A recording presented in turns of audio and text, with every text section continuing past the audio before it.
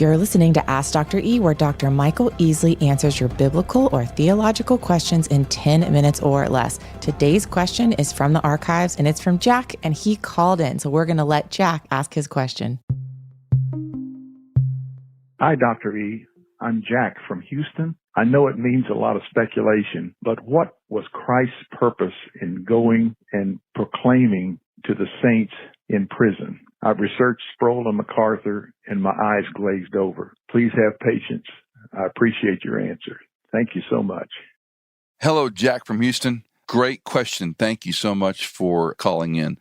First of all, let me acknowledge this is a very complicated passage. Let's just get that on the table. And so your research is bearing fruit in the fact that, it's tough and it's hard to find a simple answer. Let me direct you and redirect all of our listeners to two sources. One is Dr. Tom Constable's Notes on the Bible. They're all free to download through Plano Bible Chapel, or you can just Google Constable's Notes and you'll find it.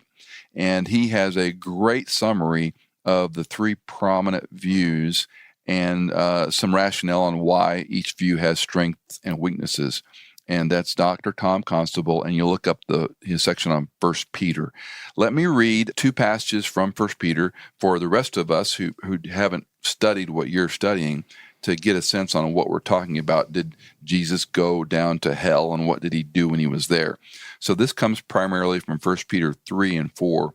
1 Peter 3:18, for Christ also died for sins once for all, the just for the unjust, so he might bring us to God, having been put to death in the flesh, but made alive in the Spirit, in which he also went and made proclamation to the spirits now in prison, who were once disobedient, when the patience of God kept waiting in the days of Noah during the construction of the ark, in which a few, that is 8 persons, were brought safely through the water. A couple observations here before I read the next one. This is in the Spirit.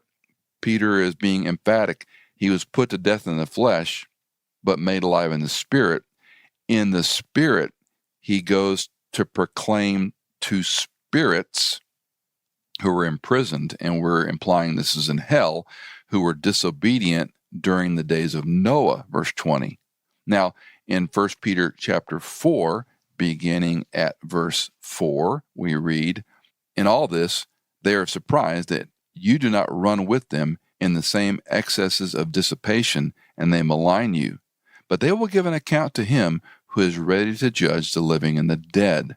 For the gospel has for this purpose been preached even to those who are dead, that though they are judged in the flesh as men, they will live in the Spirit according to the will of God. So don't miss the connection. Again, dead in the flesh, but they're going to live in the Spirit. So first comment, whether we're believers or not, because we're made imago Dei, the image of God, we're eternal.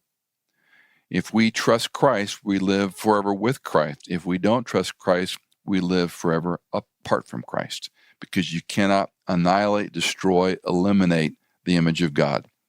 So this text is talking about death in the flesh, alive in the Spirit. Jesus goes, he descends and preaches to some group of spirits. So there are two primary views, actually 3 or 4, but I'm going to distill it to 2. He is descending into Hades between his death and resurrection, and he's offering the people who lived before the flood a second chance. So think about this. So they watched Noah build the ark. Everybody but the 8 die. And so Jesus, before he's resurrected, goes to Hades, and we'll talk about Hades in a second, and he's preaching the gospel to them to give them a second chance. There's no support in the Bible for a second chance of salvation. That's one view. The second view can be distilled into Christ descends into hell, again, after he's crucified, before he's resurrected, to proclaim victory. And this can be parsed a little deeper, but let's just say to the imprisoned fallen angels, and I would add even to those who were alive during Noah's time but are dead. They're now spirits in Hades, but he's preaching to them. Some of the reformers, Luther, if memory serves, said that Noah, through building the ark, was preaching the whole time he's building the ark, in the sense that what he's doing by obeying God as this one way of salvation, 8 souls. This is the extent he goes to, and God's patient for 120 years, but people don't respond. So what Peter seems to be saying is that through the life, death, burial, and resurrection of Christ, he's preaching to all those, we would say those who lived before the time of the ark, even to those today, that he's accomplished his life, death, burial, and resurrection.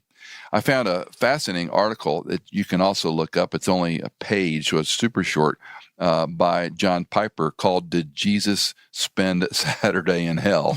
That's better said than I could come up with. And if you search Desiring God, you'll find that "Did Jesus Spend Saturday in Hell?" And he does a real simple, high view of this. And he suggests that the phrase "he descended into hell" ought to be removed from the Apostles' Creed, because it's such a complicated explanation of this passage. But at the highest level, I think we're safe to say Christ's death physically, he's alive spiritually. Hades might be a 2-compartment paradiso, and all of us who have died are in this stasis place until the ultimate resurrection. And this gets pretty deep into theological speculation. But if indeed we're bodily separated, Paul says to die, he's to be with Christ, but until our bodies are resurrected, we're not fully ascended in the same way Jesus is.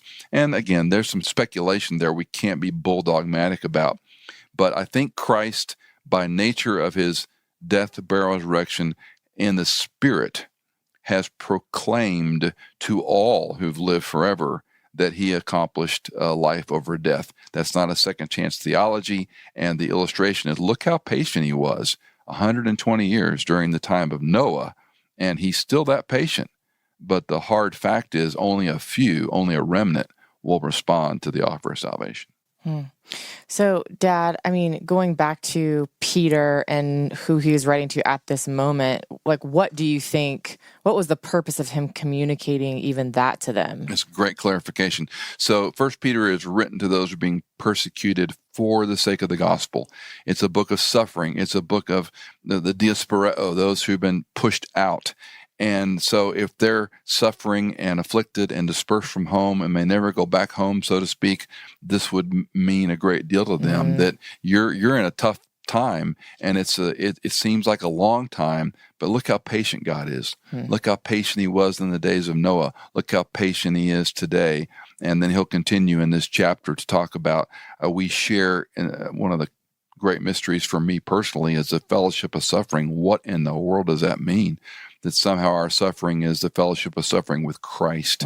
But all that to say, I think they would hear it as, our life's terrible, we're suffering, we're being persecuted for the cause of Christ. And Peter is the shepherd apostles reminding them, hey, Christ was patient, and he preached to the souls in hell, in Hades, that he overcame death.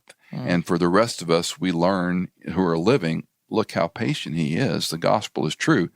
But only the small number will respond by faith.